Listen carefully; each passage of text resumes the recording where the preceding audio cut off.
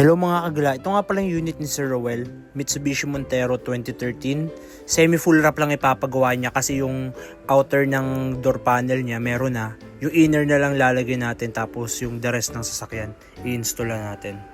Bali nakakabit dun sa panel ni Sir, Acustipad din. Bali isang dekada nang nakakabit. Ngayon ipapakita natin na hindi siya yung natutunaw.